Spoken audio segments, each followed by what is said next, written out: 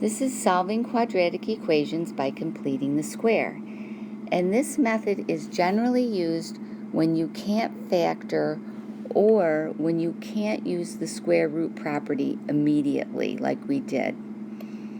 The procedure for completing the square is right here. So we're going to keep that just going back to the procedure as we do each problem. Okay, so here we go. First one. We want to make sure there's a coefficient of 1 in front of the x squared, and there is in this problem, so we're good.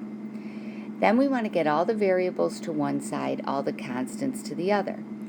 We did that too. Now I'm going to rewrite this with a little space right here. And now what we're going to do is we are going to take that middle number, 10, over here, divide it by 2, and we get 5. And I'm going to make a little star around here. Good. And then we take the 5 and we square it, and this is 25. This is what we're going to add to both sides. Good. So I'm going to add 25 here. Add 25 to the other side, and I'll get 25. And on this side, now I'm going to factor him. And when I factor it, I'm going to get x plus 5, x plus 5. So that's x plus 5 squared is equal to 25. Now, we can actually use the square root property on this. So here we go. This will be x plus 5 is equal to plus or minus the square root of 25. So you get x plus 5 equals plus or minus 5. So now we can break it up into x plus 5 equals 5 or x plus 5 equals negative 5. So we'll get x equals 0 and x is equal to a negative 10. Now you might have said, and there's my result, you might have said, well, I could have done this by factoring by just pulling an x out and using the 0 property. Yes, we could have also done it that way, but I'm easing you into the whole Megillah of completing the square. Are you ready for the next? Let's. Here we go. Now, first step is we want to make sure there is a number in front of the x squared that is 1, and there is.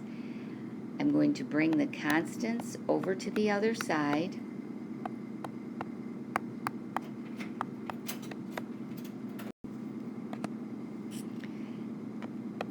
So now we left a cute little space, and now we look at the positive 8, and over here we take 8, divide it by 2, and we get 4. And I'm just going to write, like, ta-da, do that.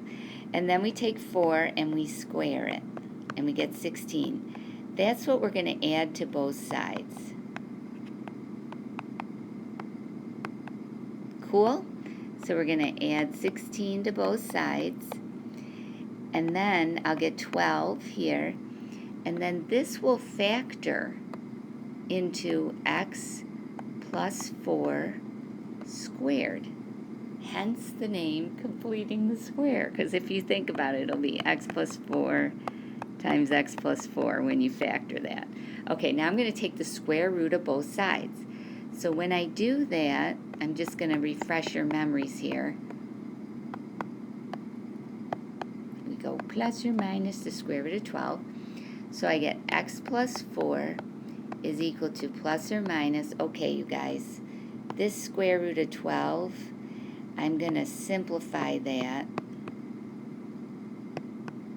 The 4 comes out as a 2, so this will be 2 square roots of 3. Might as well do a simplification. Now I'm going to take the 4, bring it over, and remember, we tuck them right here. That's where we tuck them. X is equal to negative 4 plus or minus 2 square root of 3. So we can divide this up into negative 4 plus 2 square root of 3 or negative 2 negative 4 minus 2 square root of 3. Excuse me, I misspoke. Now, if you use your calculator, you can get an approximation for both of those, and I might as well do that for you. Plus 2 times the square root of 3. And that is going to be negative 0.536.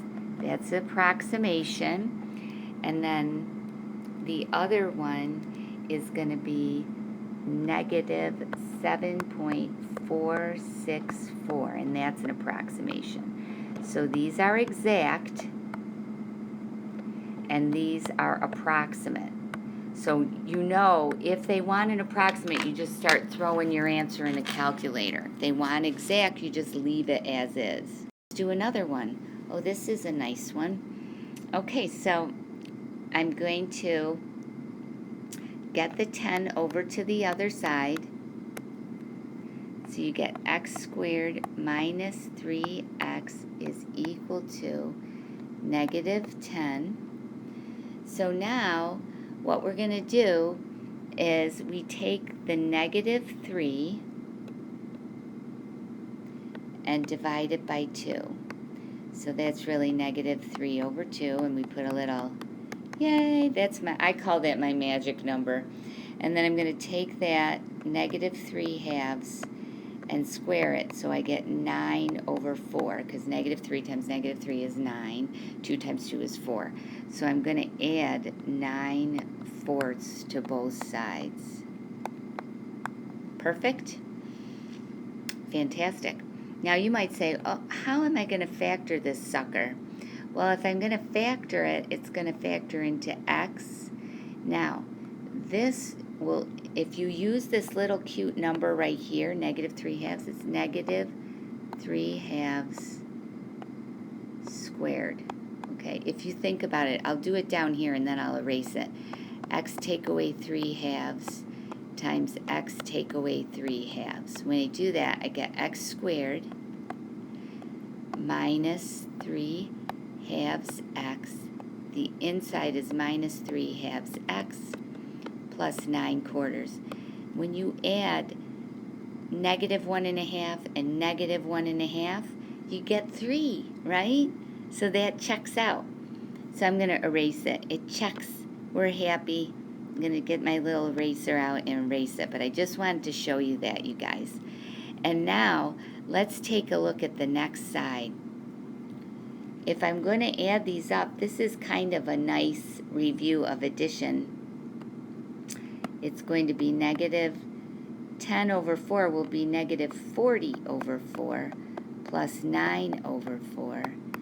So I will get negative 31 over 4 is equal to this. And then, are you starting to break out in a cold sweat? Well, I'm going to take the square root of both sides. So I get x minus 3 halves is equal to plus or minus the square root of negative 31 over 4. Can we take the square root of a negative number? Wah, wah, wah. We so can't. So this is, I'm so sad. I'm going to cry. Just kidding. Anyway, that means immediately, since you can't take the square root of a negative number, there is no real solution to this problem. And you're done. So you don't even have to continue on. That's like, this is what I call full-blown, full-on completing the square, doing every single step. In this case, we have a 2 in front of the x squared. We have to get rid of it. So I'm going to divide everything through by 2. So I get x squared plus 7 halves x plus 3 is equal to 0. I'm going to take the 3 over to the other side by subtraction, and I get x squared plus 7 halves x is equal to a negative 3. Now over here, I take 7 halves and I have to divide it by 2, right? Okay, so when you do that, you get 7 halves times 1/2, which is 7/4. Now I want you to do the little star, jazz stars over there, because that's my number that I'm going to need. So It's not negative though, it's just positive. Okay, so now what you're going to do is take 7/4 and square it. So you get 49/16. Now you're like, oh my gosh, I can't do this. Yes, you can. 49/16 on both sides. Perfect? So now when we do this, we're going to factor this. And what's the beauty of it? We got my number right here. It's 7/4. So I don't even have to think. And now when I do this, it's going to be negative 48/16, because that's what negative 3 is, over 49/16. Almost blew it. And we get 1/16, you guys, so we're like, whew, this is great. And then, perfect. Now we're going to take the square root of both sides. So I get x plus 7/4 is equal to plus or minus the square root of 1/16. Perfect. So we'll get x plus 7/4 is equal to plus or minus 1/4, because that's really the square root of 1/16. Now I'm going to subtract 7/4 and tuck them in. Perfect. So x is equal to negative 7/4 plus 1/4, and x is equal to negative 7/4 minus 1/4. Perfect. So x is equal to negative 6/4, which is negative 3/2, and x is equal to negative 8/4, which is negative 2. So x is equal to negative 3/2, x is equal to negative 2. Now here's the deal with this. Now you can go and do the section. But when you test on this section, your instructor is going to look very carefully to see that you did the work for actually completing the square and didn't use another method. So you need to make sure that you learn this method in order to get those problems correct on the test. Okay? Good luck. Ask lots of questions and have fun doing the math.